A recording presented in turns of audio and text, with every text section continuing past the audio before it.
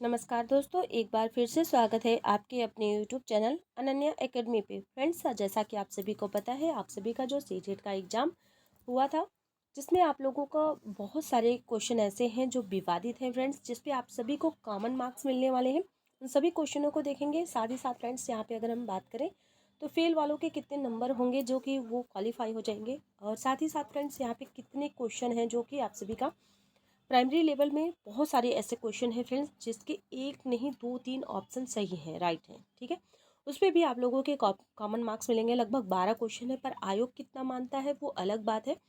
पर अभी तक आप लोगों को जो है 12 क्वेश्चन प्रूफ मिला है। ठीक है, प्लीज़ आप लोग वीडियो को लाइक से सब्सक्राइब जरूर कर लीजिएगा।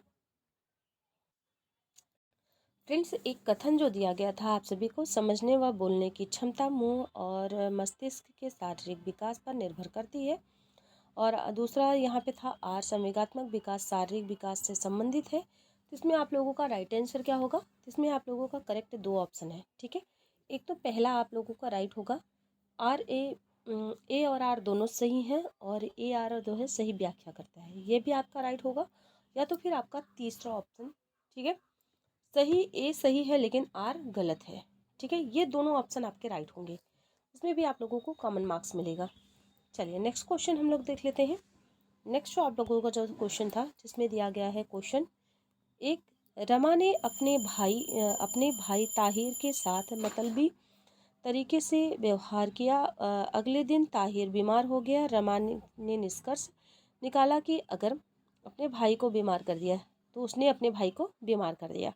तो यहाँ पे आप लोगों का राइट आंसर क्या हो जाएगा? ये आप लोगों का जो पियाजे के अनुसार जो है क्वेश्चन था, तो इसमें आप लोगों का जो पूर्व सक्रियात्मक, ये भी ऑप्शन आपका राइट होगा। साथ ही साथ आप सभी के मूर्त सक्रियात्मक और औपचारिक, ये तीनों ऑप्शन आपके यहाँ पे जो है राइट होंगे।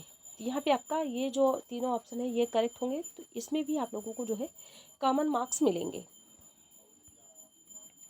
चलिए, एक क्वेश्चन था आप लोगों का जो ये क्वेश्चन था आप लोगों का, ठीक है,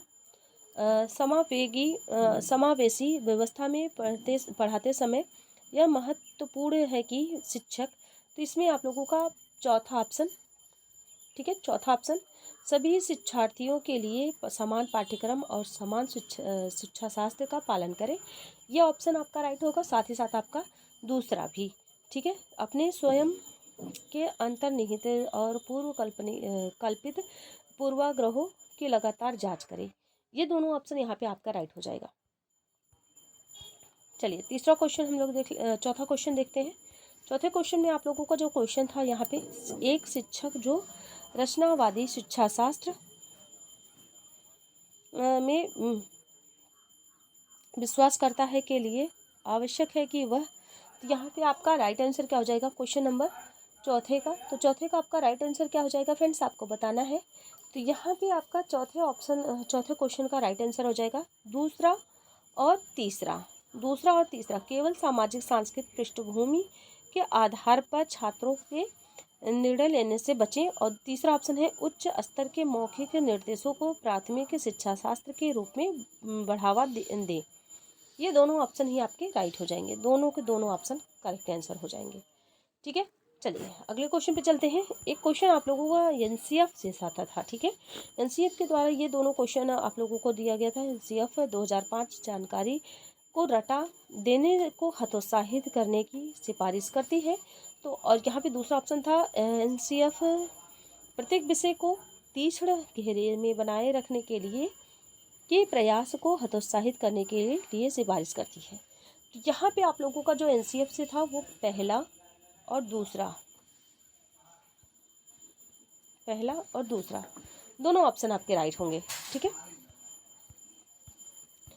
एक क्वेश्चन था आप सभी का, जिसमें आप सभी का क्वेश्चन था क्वेश्चन नंबर आपका 90 में आप लोगों को क्या पूछा गया है? 90 में पूछा गया है एक पर्यावरण अध्ययन, ठीक है, ये पर्यावरण से आपसे इन्वायरमेंट से क्वेश्चन था, जिसमें पूछा गया है अध्ययन का शिक्षक अपनी कक्षा तीसरी के बच्चों को विद्यालय के बगीचे में जाने को कहता है और उसमें से विभिन्न प्रकार पत्तियों को इकट्ठा करने को कहता है। निम्नलिखित में से किस प्रक्रिया कौशल को शिक्षक बच्चों में विकसित करना चाहता है?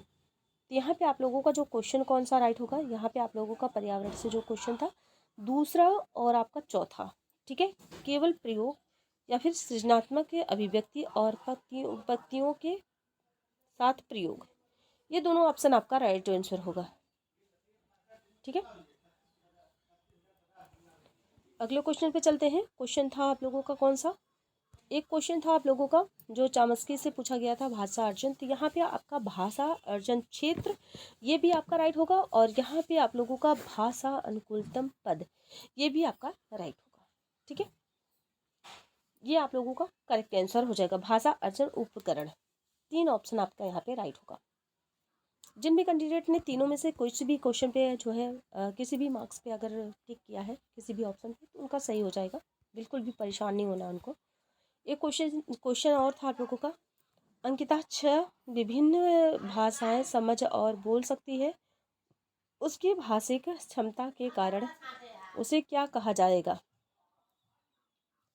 यहाँ पे आपका तीसरा,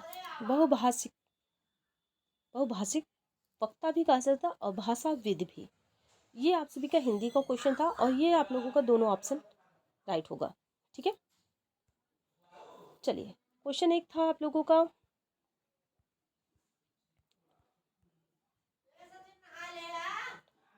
जिसमें आप लोगों का क्वेश्चन एक और था, 1 सेकेंड,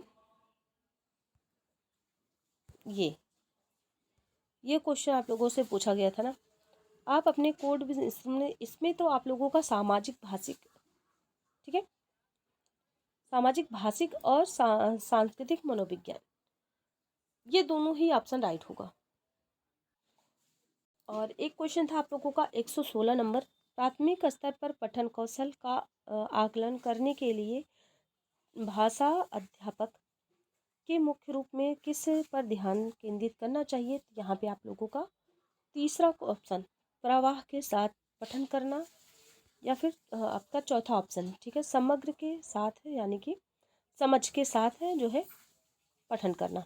प्रवाह के साथ भी पठन करना, ये भी राइट है, और यहाँ पे समझ के साथ पठन करना, तो यहाँ पे आप लोगों के दोनों ऑप्शन राइट हो जाएगा, ठीक है। प्रवाह के साथ भी पढ़ाना यहाँ पे सही है, और आप सभी का समझ के साथ भी पठन करना ये भी सही है। और चलिए अब एक नेक्स्ट क्वेश्चन हम लोग देखते हैं, प्रभावशाली संप्रेषण सुनिश्चित करने के लिए क्या महत्वपूर्ण है। तो यहाँ पे आप लोगों का जो दूसरा ऑप्शन है, दूसरा ऑप्शन यानी कि बोलते जाना और हाव भाव प्रदर्शित करना, ये भी करेक्ट है। और चौथा ऑप्शन पहले दूसरों की बात सुनना, ठीक है, ये दोनों ऑप्शन आपके राइट हैं। यहाँ पे ये दोनों ही ऑप्शन आपके करेक्ट होंगे।